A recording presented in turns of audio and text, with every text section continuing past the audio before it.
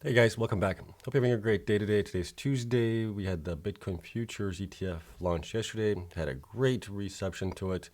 Over 1 billion traded. And then we also have Riot providing some information as far as their mining facility in Texas is going to be doing immersion mining. So we'll get into this right now, and then we'll get into the charts. So here's Riot Blockchain. Riot is developing a 200 megawatt of immersion cooled Bitcoin mining infrastructure at its Whinstone facility. Immersion technology significantly improves operational efficiencies and provides enhanced financial benefits.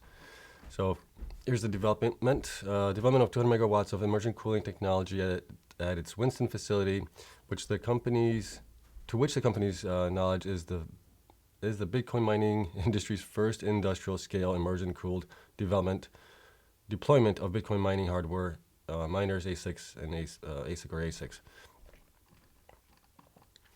After months of research and development utilizing partnerships across industries, Riot is proud to be a pioneer in the use of cutting-edge immersion cooling technology at an unprecedented scale, said Jason Les, CEO of Riot. By leveraging the technology industry-leading low power costs and economies of scale, excuse me, Riot intends to continue driving operational and capital efficiencies for its self-mining business and its institutional clients. Due to these efficiencies, we anticipate observing an increase in the company's hash rate and productivity through 2022 without having to rely solely on purchasing additional ASICs. So we'll have to get into that, how they're going to accomplish this. Riot to integrate immersion cooling in Whinstone. The development covers 2 of the buildings under construction and is expected to host approximately 46,000 S19 Ent miners from Riot's already purchased miner fleet. Immersion cooling is an enhanced cooling technique as compared to standard air cooling of miners. So immersion cooling, obviously you need big tanks, you need heat exchangers, you also need a chemical called mineral seal or mineral oil to basically put all of the miners into that cooling system. 2 of the 4 buildings currently under development at Whinstone are devoted to utilizing immersion cooling technology, which represents 200 megawatts of immersion cooled Bitcoin mining capacity. That's probably going to be the largest deployment in immersion cooling. Combined with the 2 immersion cooled buildings are expected to host approximately 46,000 miners. Immersion cooling technology has never been previously deployed in Bitcoin mining scale at this scale, to the company's knowledge. And then primary operational benefits of immersion cooling include prolonging machine life and reducing maintenance requirements, which facilitates enhancements to ASIC productivity, which is all true. Initial deployment of ASICs in the immersion cooled systems buildings is expected to commence by the 4th quarter of 2021. There is obviously much added cost to this. You need the tanks, you need the heat exchangers, you need all the piping, you need the pumps to pump all this stuff and everything else. So there is added upfront costs that you have to take into account as well. But in the long run, they should do better than some of the other miners possibly. Process of immersion cooling. So immersion cooling is a technique where Bitcoin mining ASICs are submerged in a special fluid. The special fluid is mineral seal oil or mineral oil, which is circulated to keep the ASICs integrated circuits operating at a lower temperature. The heat generated by the ASICs is absorbed by the fluid, and the heated fluid is pumped and circulated to assist in dissipating the heat via a secondary heat exchanger. So those have to be outside or someplace. The cooled fluid is then pumped back through the immersion tank. So you obviously have pumps, you have the heat exchangers, you have all the piping that has to go into it. So there's a lot more upfront costs that have to go into it to get this set up. Some of the benefits of immersion cooling: when immersion cooled, ASIC operates in a more stable environment, allowing them to run at a higher productivity rates. Based on industry data and the company's own preliminary immersion cooling test results, an estimated 25% increase in hash rate is expected, with an estimated potential to increase ASIC performance by as much as 50%. Riot expects to have more robust test results from the company's pilot by the end of 2021. So that'll be interesting to see what they find out. But it is true you can increase the hash rate on the mining ASIC miners when they are immersion cooled, because you just have so much better efficiencies at cooling them. Okay, so next story is Bitcoin ETF futures. So Bitcoin futures ETF debuts with the highest ever first day natural volume of 1 billion. ProShares Bitcoin Strategy ETF saw around 1 billion in value on its opening day, with 24.313 million BITO shares changing hands. ProShares Bitcoin Strategy Exchange Traded Fund BITO saw the highest ever first day natural volume for an exchange traded fund, with the figure reaching a little over 1 billion by the end of the opening day. It is the second overall, tailing just behind BlackRock's U.S. Carbon Transition Readiness ETF, which booked $1.16 billion in volume on its debut on April. The ProShares Bitcoin Futures ETF launched on the New York Stock Exchange on Tuesday with an opening price of 40.88. According to data from TradingView, BITO closed the day at 41.94, with a total of 24.313 million shares changing hands, equating to a first-day volume of just over 1 billion. Commenting on BITO's opening day performance, Bloomberg senior ETF analyst Eric B. tweeted the ProShares ETF was arguably the largest in terms of natural or grassroots interest. So here's his tweet, just about 1 billion in total volume today. Easily the biggest day one of any ETF in terms of natural volume. It also traded more than 99.5% of all ETFs, including some bigs like DIA, ARC, SLV. It definitely defied our expectations. So if we don't really exclude ETFs where their day one volume was literally one pre-planned giant investor or BYOA, non-natural, it still ranks number 2 overall. Here's a list. The reason some of these should be included, in my opinion, they don't really represent grassroots interests. And this is kind of hard to read here. We're going to skip over this. There was reportedly 570 million worth of inflows for BITO on the first day, suggesting that ProShares ETF could rank itself as an industry heavyweight in terms of year one net flows for first to market's single commodity ETF in 12 months. So that's great news for them, obviously. And what else do we have here? While the bullish performance marks a significant milestone for ProShares and the crypto sector, B warned that it could have consequences for the other firms next in line to launch their own Bitcoin ETF futures. The other result of today is it makes life that much more harder for the next in line ETF to succeed. Time is of the essence. Every day counts because once an ETF gets known as the one and has tons of liquidity, it's virtually impossible to steal. It's always, whoever is the first one to market, for the most part, wins in the end. Following ProShares ETF launch on Tuesday, United States Securities and Exchange Commission Chair Gary Gensler outlined in an interview why he and the SEC favor ETFs backed by Bitcoin futures as opposed to spot price of BTC. BTC futures have been overseen by the SEC's sister agency, the Commodities Future Trading Commission, for the past 4 years.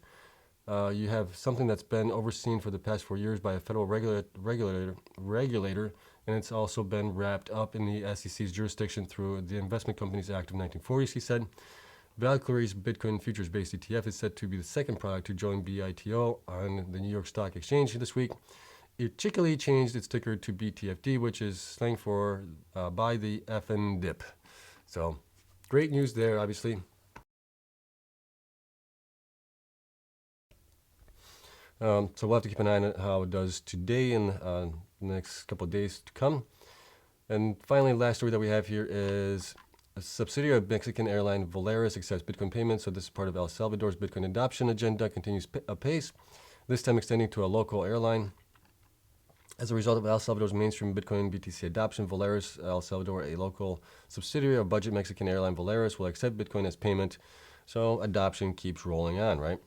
Salvadoran President Nayib Bukele took to Twitter to announce that the airline would accept Bitcoin.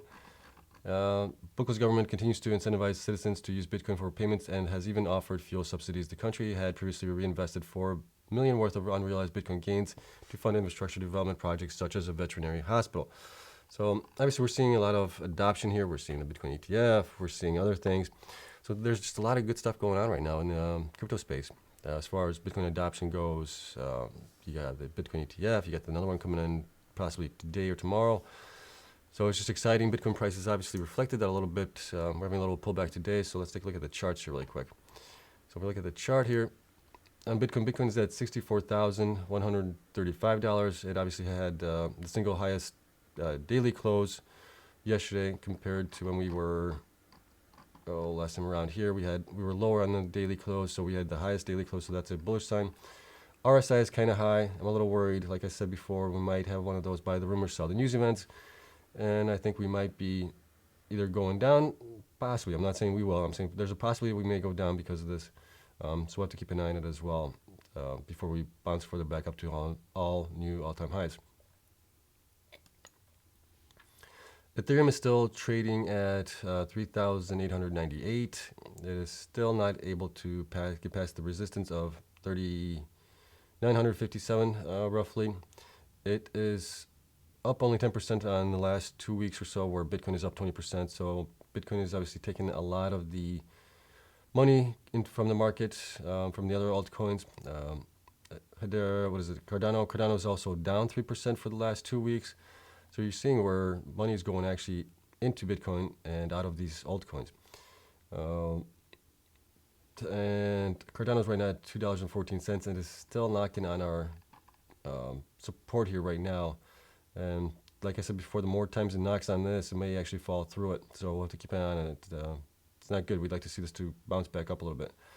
Hedera hash graph is up actually, which is good to see. It is above the 20-day moving average. We want to see that. It's at 39 cents right now. We want to see that continuing up. Obviously, we had the news yesterday that Hedera's USDC is joining forces with Hedera to provide stable dollar on the network. Litecoin is at 191. It is starting to go up a little bit as well. It has broken above the 20-day moving average, and it is nicely above it right now. We could be looking for a potential move up higher here going forward in the next week or so. Dogecoin is above the 50-day moving average right now. It is, it's not looking bad. We had a huge volume on, when was this? Sunday. Obviously, the volume has died down a little bit, and we had the price come down a little bit as well. But at least we're staying above the 50-day moving average, which is good. We could see it go up a little bit higher from there. Solana is also trading just barely above the 20-day moving average. It keeps on coming down, it tests it, and keeps on going above it. So as long as it does that, we'll be in good shape. But the more times it knocks on it, the more likely it is to go below it. So we had it knocked here 1, 2, 3, 4, and then it came back down below it. So we've had 1, 2, 3, 4 touches. We may see it come below it as well this time around. And we got the mining stocks right now, so let's see what they're doing right now. Pre-market, Hive is up 3 cents to 367. Bitfarms, Hive obviously has had a great run up here the last 3 trading days, so Friday, Monday, and Tuesday. It is nicely up. It is up almost, what is it up? It's done really well in the last 3 days. It is up almost 25% on the last 3 days, so huge gains there. I wouldn't be surprised if we see a little maybe pull back today. Profit taken from the investors. If we look at Bitfarms, Bitfarms is at 3 cents up on the pre-market. It's up to 571 right now. It has had a nice run up as well in the last 3 days. Hut 8 is actually pre-market's down 13 cents to 1186. Some profit taking there right now. Mara is at down 1 penny pre-market to 53.90, and then Riot is at neutral right now, at least at 30.83.